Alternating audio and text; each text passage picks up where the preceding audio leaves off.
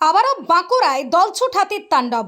রাতের অন্ধকারে গ্রামে ঢুকে জমির ফসল নষ্ট করে দেয় ওই হাতি। বাঁকুড়া জেলার বেলবনি বিটের কালজুড়ি গ্রামে রীতিমতো তাণ্ডব চালিয়েছে দলছুট হাতিটি। জমির ফসল নষ্ট করার পাশাপাশি দুটি দোকানের শাটার ভেঙে ভিতরে মজুদ থাকা খাদ্যশস্য খেয়ে ফেলে। এছাড়াও কয়েকটি বাড়ির দেওয়াল ভেঙে ফেলেছে। এক কথায় বহু মানুষের ক্ষতি হয়েছে।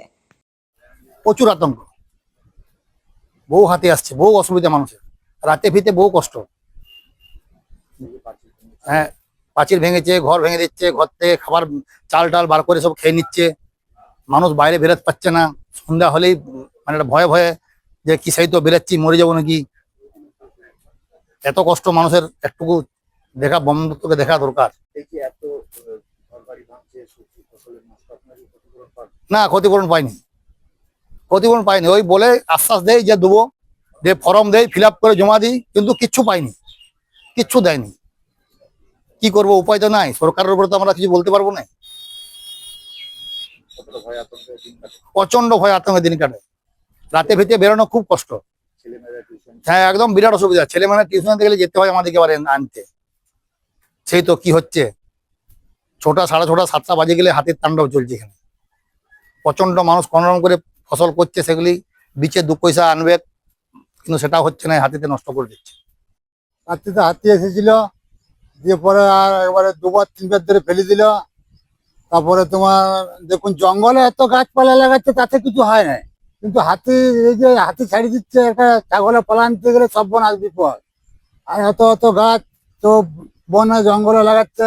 আর বিটকে কাল গেছিলাম, যাই দেখছি বিট না, বলে কাঞ্চনপুরে বিট আছে, একটা মহিলা বিট। দেখুন কেমন ভাবে আমাদের সাথে কত হ্যারাসমেন্ট, আমরা কিচ্ছু করতে পারছি না। মানে আমাদের ঘরে থাকা দায় হয়েছে, এমন ভাবে আরম্ভ করছে না। বিটকে কি বল, হাতি রাত্রে 2টায়, তখন 2টায় যখন হঠাৎ করে ফেললে, তখন আমি উঠলাম গেটটা খুলে। তারপরে দেখছি আবার 2-3 বার ফেলে দিল, ফেলে দিয়ে রোডে রোডে হাতি চলে এলো। একটা হাতি ছিল, বিরাট বড় হাতি।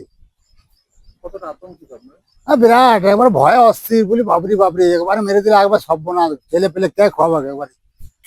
প্রচুর পরিমাণে আতঙ্কিত, কেউ বাইরে বেরোতে পারে না। ঠিক আছে, সন্ধ্যা হয়ে গেলে মনে হয় ঘর ঢুকে যায়, আর বাইরে বেরোনোর কোনো ক্ষতি। বাড়ি ভেঙে দিয়েছে, গাছপালা ক্ষতি করেছে। চাষিবাসী মানুষের, আমাদের চাষিবাসী এলাকা, সেই পরিমাণে প্রচুর পরিমাণে ক্ষতি করেছে। বন দপ্তর কোনো কিছু এ নিয়ে কোনো কিছু মাথা ঘামায় না। দীর্ঘদিন ধরে কোনো ড্রেনের কোনো ব্যবস্থা করেনি। যে কোনো যদি ড্রেন করতো, ফেন্সিং করে দিত, তাহলে হয়তো হাতিটা এদিকে আসতে পারতো না। সেটাও কোনো ব্যাপার করেনি, বারবার বলা সত্ত্বেও করেনি। ক্ষতিপূরণ হয় গেলে একটা ফর্ম দেই, ফর্ম দিয়ে পরে সেটাতে তার কাগজ দিতে হবে, দিতে হবে। অনেক কিছু বললে পরে তাও 3 মাস 5 মাস পরেও কোনো টাকা ঢোকেনি, ওই নামে নামে শুধু। নিজে থেকে খেটে আবার করতে হচ্ছে, আবার কোন রকম ভাবে করতে হচ্ছে। কি করব, গরিব মানুষ, করে করে তো খেতে হবে, কেউ তো দিয়ে দেবে না। হাতির উপদ্রবের বিষয়ে অবগত হতেই ন্যায্য ক্ষতিপূরণের কথা বলছেন সোনামুখীর বিধায়ক তথা রাজ্যের বন সমবায় ও পরিবেশ দপ্তরের প্রতিমন্ত্রী দিবাকর ঘরামি। দেখুন, হাতি নিয়ে তো ভাবনা চিন্তা আছে, কিন্তু হাতি এমন একটা প্রাণী, সেটা আপনারাও বুঝতে পারছেন যে এটা সবসময় যারা কন্ট্রোলে থাকে না। তো সেই জায়গায় দাঁড়িয়ে হাতিকে যদি বেশিক্ষণ আটকে রাখা হয়, আমরা এক বন দপ্তরের সমস্ত অফিসারদের সঙ্গে কথা বলেছি। তো সেখানে দাঁড়িয়ে একটা জিনিস দেখেছি যে যদি স্থায়ী করা হয় এক জায়গায় কোথাও হাতিকে সংরক্ষণ করা, সেখানেও সেই তাকে চাষের খাবার তাদেরকে খাইয়ে খেয়ে তাদের আরো নেশা বেড়ে যাচ্ছে চাষের খাবারের প্রতি। যার কারণে তখন একটু সময়ের জন্য বেরোতে পারলেই তারা ফসলের উপর গিয়ে আক্রমণ করে এবং গ্রাম মানুষ লোকালয়ের মধ্যে ঢুকে যায়। তো তার জন্য হাতি চেষ্টা চলছে যে যাতে ফসলের ক্ষতি কম করে, মানুষের ক্ষতি কম করে, ঘর বাড়ি যাতে না ভাঙে, এইভাবে একটা পরিকল্পনা চলছে। আর হাতি ধরুন আমাদের এখানে 60 থেকে 70টা হাতি থাকতে পারে, এরকম ব্যবস্থা এই জঙ্গলের যা পরিকাঠামো তাতে আছে। কিন্তু সেই জায়গায় দাঁড়িয়ে এখানে প্রায় 200 হাতি ঢুকে যায়, তো তখন কন্ট্রোলের বাইরে চলে যায়।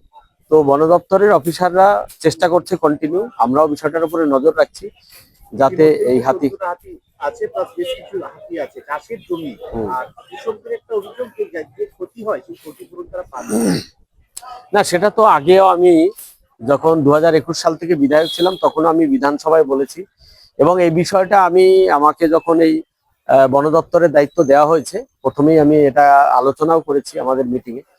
তো সেখানে দাঁড়িয়ে আমাদের এটা নিয়ে ভাবনা আছে। বিষয়টা আমরা আমাদের মুখ্যমন্ত্রীকে জানিয়েছি যে হাতির যে ক্ষতিপূরণ, এটা ফসলের যে ক্ষতিপূরণ দেওয়া হয় সেটা যাতে একদম মানে মানুষ যাতে তাড়াতাড়ি পায়, দীর্ঘমেয়াদী প্রক্রিয়া যাতে না হয়, এবং ক্ষতিপূরণের পরিমাণটা এটা যেটা আছে এটা মোটেই যথেষ্ট নয়, এটাকে যাতে অনেক বাড়ানো যায়, যাতে কৃষক তার ক্ষতিপূরণটুকু পেলে তার অরিজিনাল যে ক্ষতি সেটা অন্তত হয়। তার জন্য আমরা মুখ্যমন্ত্রীর কাছে দরবার করেছি।